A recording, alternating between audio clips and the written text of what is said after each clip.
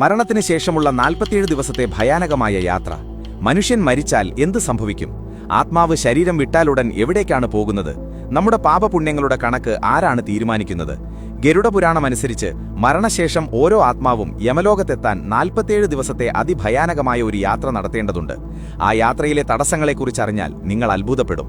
പ്രാണൻ പോയ ഉടൻ യമദൂതന്മാർ ആത്മാവിനെ പാശങ്ങളാൽ ബന്ധിച്ച് യമലോകത്തേക്ക് കൊണ്ടുപോകുന്നു. ആദ്യത്തെ 24 മണിക്കൂർ ആ ആത്മാവ് സ്വന്തം വീടിനും ബന്ധുക്കൾക്കും ചുറ്റും നടന്ന് അവരോട് സംസാരിക്കാൻ ശ്രമിക്കുന്നു. പക്ഷേ ആർക്കും അത് കേൾക്കാൻ കഴിയില്ല. 13 ദിവസത്തെ കർമ്മങ്ങൾ കഴിഞ്ഞാൽ ആത്മാവ് അതിന്റെ യഥാർത്ഥ യാത്ര തുടങ്ങുന്നു. യമലോകത്തേക്കുള്ള വഴിയിൽ വൈതരണി എന്ന ഭയാനകമായ ഒരു നദിയുണ്ട്. പുണ്യവാന്മാർക്ക് ഇത് എളുപ്പത്തിൽ കടക്കാം. എന്നാൽ പാപികൾക്ക് ഈ നദി രക്തവും ചീഴുവും ഭയാനകമായ ജന്തുക്കളും നിറഞ്ഞതായി കാണപ്പെടും.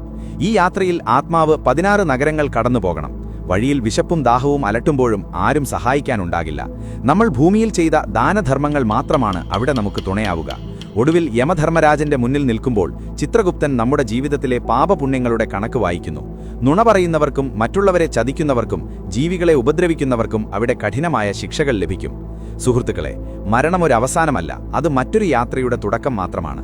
നമ്മൾ പോകുമ്പോൾ ഈ സമ്പത്തോ ആഡംബരങ്ങളോ കൂടെ വരില്ല. നമ്മൾ ചെയ്ത നന്മയും സ്നേഹവും മാത്രമേ നമുക്ക് കൂട്ടുണ്ടാകൂ. അതുകൊണ്ട് ജീവിച്ചിരിക്കുമ്പോൾ മറ്റുള്ളവരെ സഹായിക്കാം, സ്നേഹം പങ്കുവയ്ക്കാം. ഈ സത്യം നിങ്ങൾക്ക് ഇഷ്ടപ്പെട്ടെങ്കിൽ വീഡിയോ ലൈക്ക് ചെയ്യുക. നിങ്ങൾ വിശ്വസിക്കുന്ന ദൈവത്തിന്റെ പേര് കമന്റ് ചെയ്യുക. ഇതുപോലുള്ള കൂടുതൽ അറിവുകൾക്കായി നമ്മുടെ ചാനൽ സബ്സ്ക്രൈബ് ചെയ്യുക. നിങ്ങളുടെ പിന്തുണയാണ് ഞങ്ങളുടെ കരുത്ത്. ഓം നമോ നാരായണായ.